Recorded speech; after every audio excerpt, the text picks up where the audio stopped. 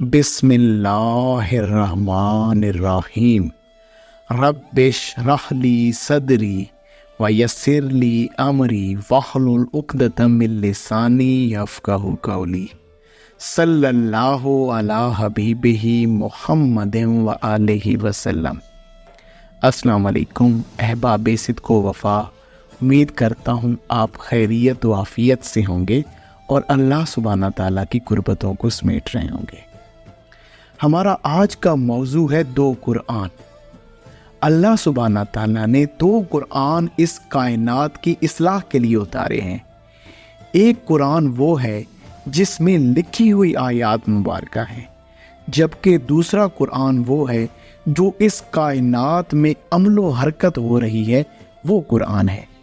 اس عمل و حرکت میں اللہ سبحانہ تعالیٰ نے غور و تدبر کرنے والوں کے لیے آیات مبارکہ رکھ چھوڑی ہیں۔ یہ آیات مبارکہ زمین، سورج، چاند، کہکشائیں، بادل، ہوا، پھول، پرندے، سمندر، خشکی، جانور، دھاتوں میں، پہاڑوں میں، صحراؤں میں رکھ چھوڑی ہیں۔ اب ان پر کوئی غور و تدبر کرنے والا۔ اور یہ جو دوسرا قرآن ہے، اصل میں یہ پہلے قرآن کی عملی تشریح ہے۔ مسلمانوں کے زوال کی سب سے بڑی وجہ یہ ہے کہ ہم نے فقط پہلے قرآن تک خود کو محدود کر رکھا ہے، یعنی کہ لکھی ہوئی آیات مبارکہ تک۔ انبیاء و صوفیاء کی تعلیمات میں جو غور و تدبر پر اتنا زور دیا گیا ہے، اس کی بنیادی وجہ یہی ہے کہ ہم دوسرے قرآن تک رسائی حاصل کریں اور انسان قرآن کی عملی تشریح تک پہنچے۔ احباب، کائناتی علم اور کائنات کے اسرار و رموز پر تدبر کرنے کا اندازہ آپ اس بات سے لگا سکتے ہیں، قرآن کریم میں وضو، نماز، صوم و زکوٰۃ، حج، طلاق اور قرض وغیرہ کی 150 آیات ہیں، جبکہ مطالعہ کائنات کے متعلق 756 آیات مبارکہ قرآن کریم میں موجود ہیں۔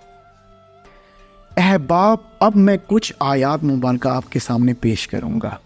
سورہ آل عمران آیت نمبر 190، اللہ سبحانہ تعالیٰ ارشاد فرماتا ہے، ارض و سما کی تخلیق اور اختلاف لیل و نہار میں عقل مندوں کے لیے آیات موجود ہیں۔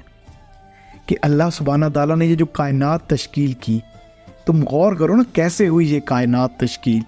تم سائنس کے ان پہلوؤں کو جانو کہ جن میں کائنات کی تشکیل کے معاملات ہیں، اور یہ جو زمین، یہ جو رات اور دن کے معاملات کا تبدیل ہونا ہے، ان میں بھی ہم نے اپنی آیات رکھی ہیں۔ اب آئیے دوسری آیت کی طرف۔ سورہ بقرہ آیت نمبر 164، ارض و سما کی تخلیق، اختلاف لیل و نہار، سمندر میں تیرنے والی مفید کشتیوں اور اس گھٹا میں موجود جو زمین و آسمان کے درمیان خیمہ آرا ہے، ارباب عقل کے لیے آیات موجود ہیں۔ احباب، اب ذرا اس پر بھی غور فرمائیے، ارض و سما کی تخلیق کون کر رہا ہے؟ کیا ہم کر رہے ہیں؟ اختلاف لیل و نہار، یعنی کہ یہ جو زمین کا گھومنا ہے اور رات اور دن ہو رہے ہیں، زمین کی حرکت ہے، جغرافیائی معاملات ہیں، ان پر غور و تدبر کس نے کرنا ہے؟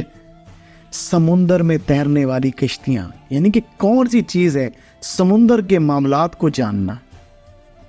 اور آؤٹر اسپیس کی بات کی گئی، اس گھٹا میں جو زمین و آسمان کے درمیان خیمہ آ رہا ہے، یعنی کہ اسپیس، اس میں ارباب عقل کے لیے آیات ہیں۔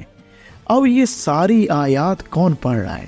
یہ ہم نہیں پڑھ رہے، یہ وہ قومیں پڑھ رہی ہیں جو اس وقت ترقی یافتہ ہیں، اور ہم اس وقت زوال کا شکار ہیں۔ صوفی کبھی بھی فقط علم کے ایک حصے تک محدود نہیں رہ سکتا، وہ فقط قرآن کی لکھی ہوئی آیات تک محدود نہیں رہتا، بلکہ وہ کائنات کے مطالعے کی طرف راغب ہوتا ہے۔ اللہ اسے راغب کرتا ہے، وہ قرآن کی عملی تشریح پر غور و تدبر کرتا ہے۔ آج کل کے دور میں صوفیاء نے خود کو محدود کر لیا ایک سمت، حالانکہ اصل صوفی وہ ہے جو قرآن کریم کے ذریعے سے اصل اس ارض و سما کے علم تک پہنچے، سائنس تک پہنچے،